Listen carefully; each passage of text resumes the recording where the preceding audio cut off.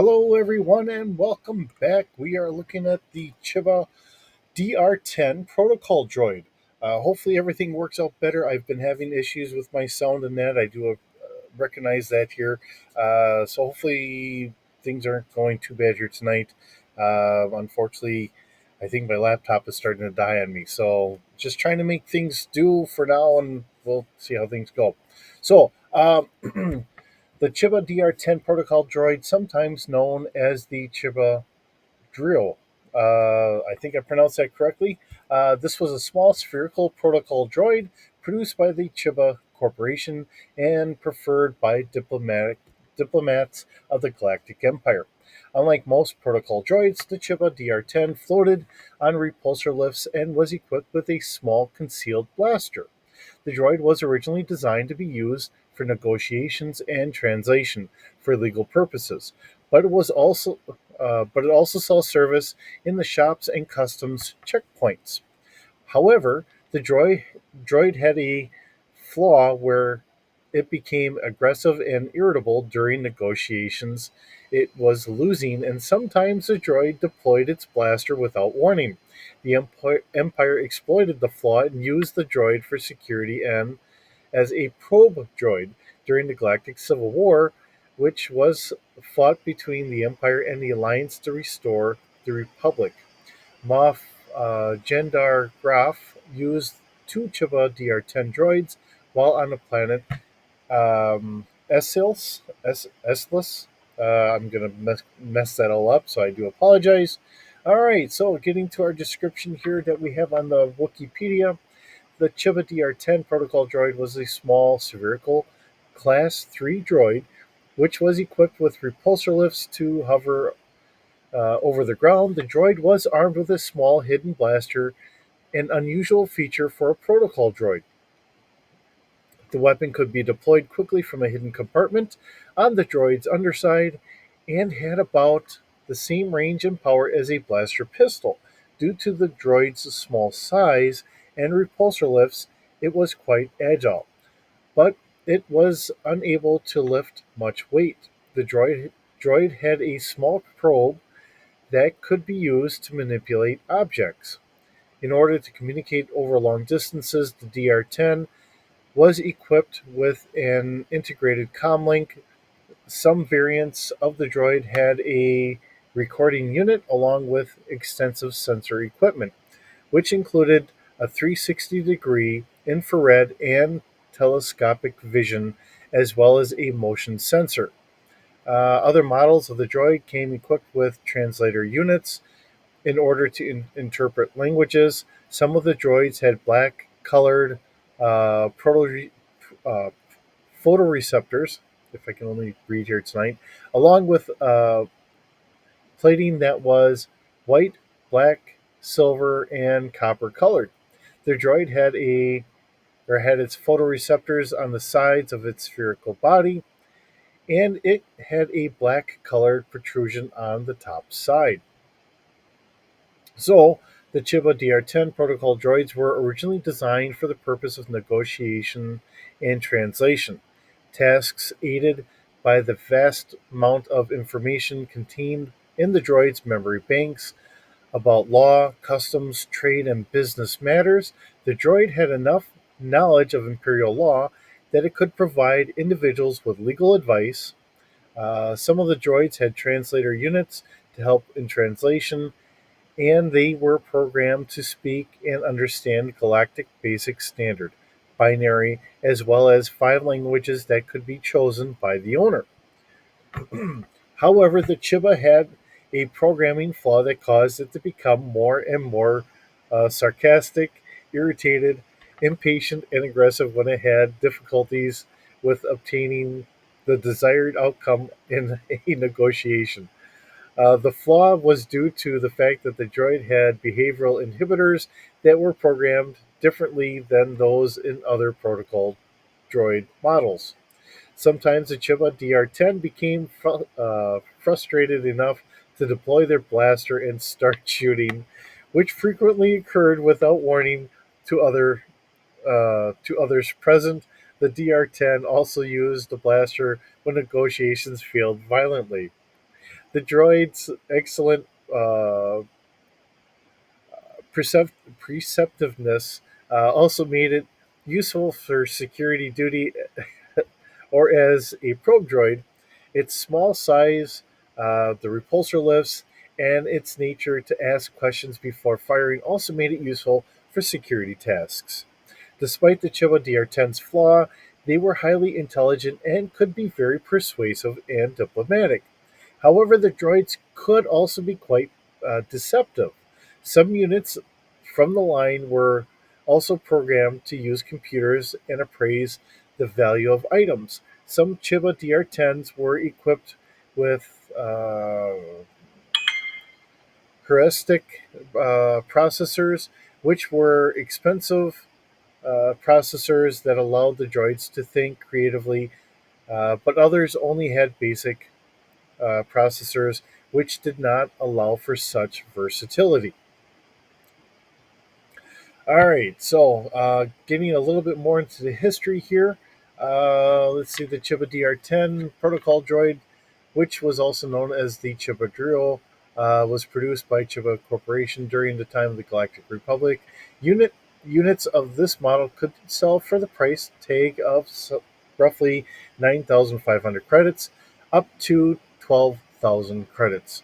For those that were allowed to own such restricted droids, the DR-10 was first used as a negotiator and translator droid for legal matters, but it was eventually used in not only law offices but also in shops and custom checkpoints all throughout the galaxy. The droid was also used by the Galactic Empire in large numbers and was favored by imperial functionaries and diplomats whose line of work took them into danger.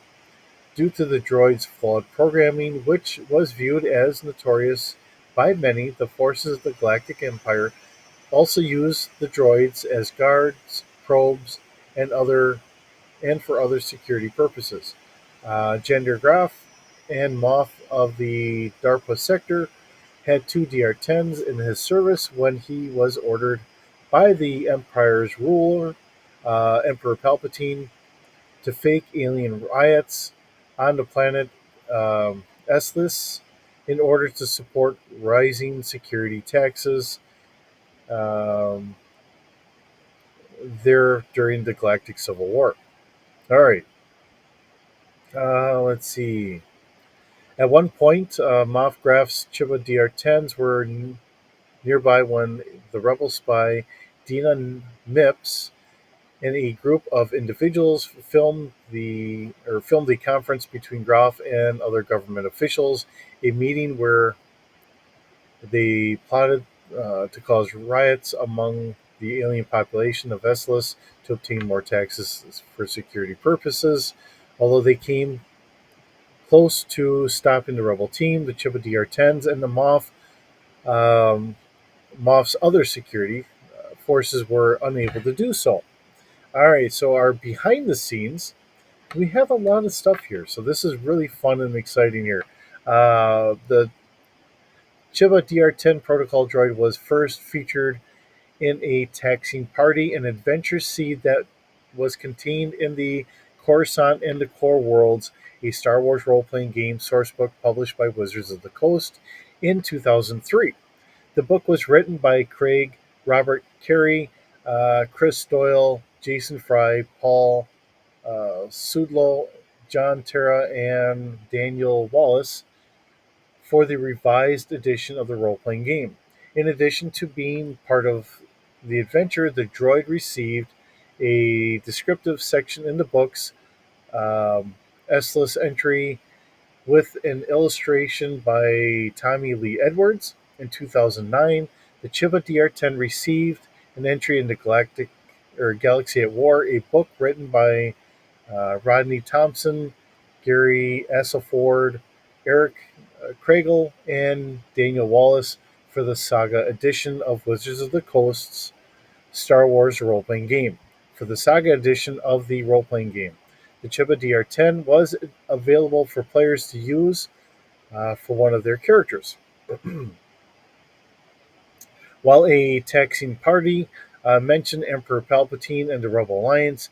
Neither Coruscant or and the core worlds or Galaxy at War specified the era when the droids were used. Additionally, the Galaxy at War entry contained much information about the Chiba DR-10 that differed from the first entry. The cost changed from 12,000 credits to 8,000 credits, while the processor changed from Herostatic processor to a basic processor. The droid's improved sensory equipment was also removed and replaced with a translator unit. This article treats the two different versions of the droid as two variants of the same type of droid. So, very interesting to see where we get everything from and a fun way to look at it. Um, and from here, we'll switch on over and we will see what we have in our D6 stats, and we will see what kind of variant that they have on that. All right, so looking at the Chiba DR10 protocol droid, and we do have this wonderful picture of it. Uh, you know, I'm going to say this that this may very well be kind of a prototype to um, one of the kind of protocol kind of version droids that we kind of see. Actually, it's kind of like a miniaturized version of the probe droid. It might be kind of taken from some of this for a variant. I'm trying to remember what Star Wars game that we had seen that in, and I'm kind of failing here. But we see some of these as these ideas are taken and they're shrunk down, and we see similar things that we've seen before. And this is something similar. I mean, if we were to add the legs on here, similar to what we would have for a probe droid, and those legs would also give it the ability to kind of hack into computers or whatever, would really fit. All right, so getting into the nuts and the bolts here, we have a dexterity of 2D with a blaster of 3D for the Chiba. Has a knowledge of 2D, so it's still at our galactic standard. Has an alien species of 3D plus 2, a bureaucracy of 3D plus 1, a value of 3D plus 1, and a willpower of 3D plus 1. So all those are raised above our standard. Has a mechanical of 3D, which is above our standard, but its perception as the drawback is below galactic standard there.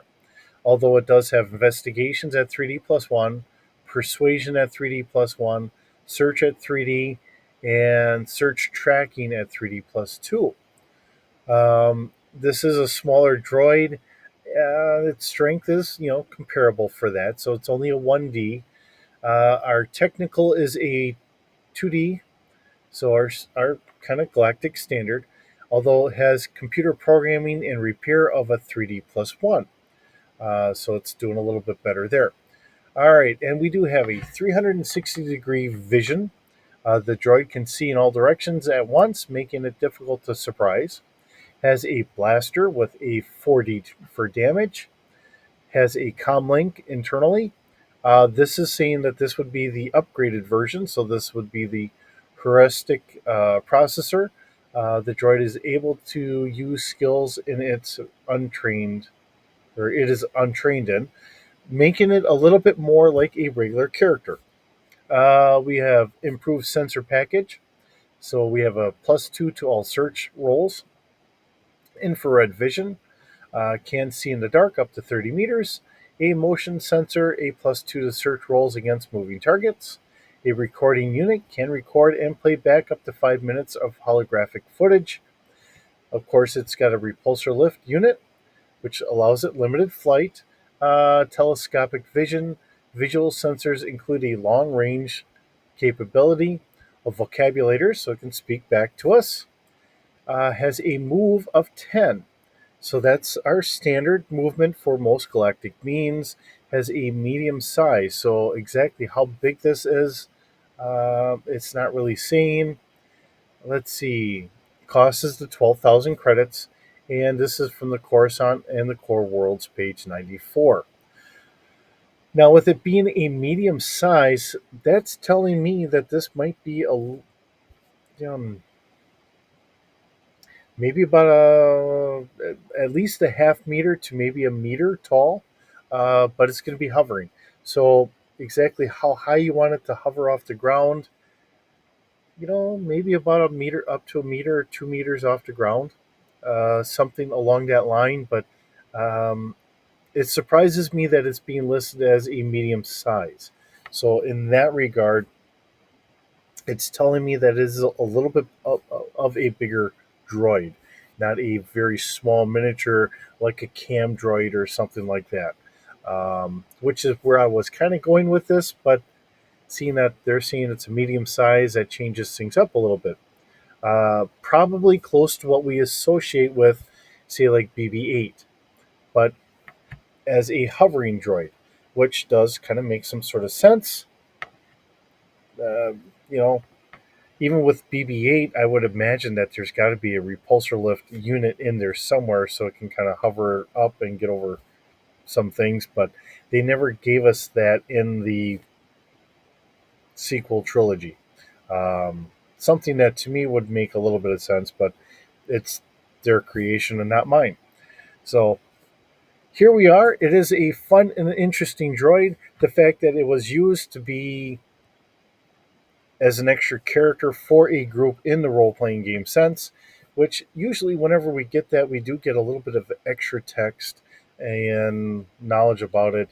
Sometimes it's stuff that's coming from the book, so we get just a little bit of about a backstory on it, but it's usually just something that's there being used or whatever else. Much like sometimes in the movies, we have these droids, but we don't have a lot of backstory on them, unless Wizards of the Coast or West End Games had given us some of that in their extra write ups. So, with that being said, thank you so very much for joining me today. It's wonderful having you. Hope you're doing well, and I will see you in the next video.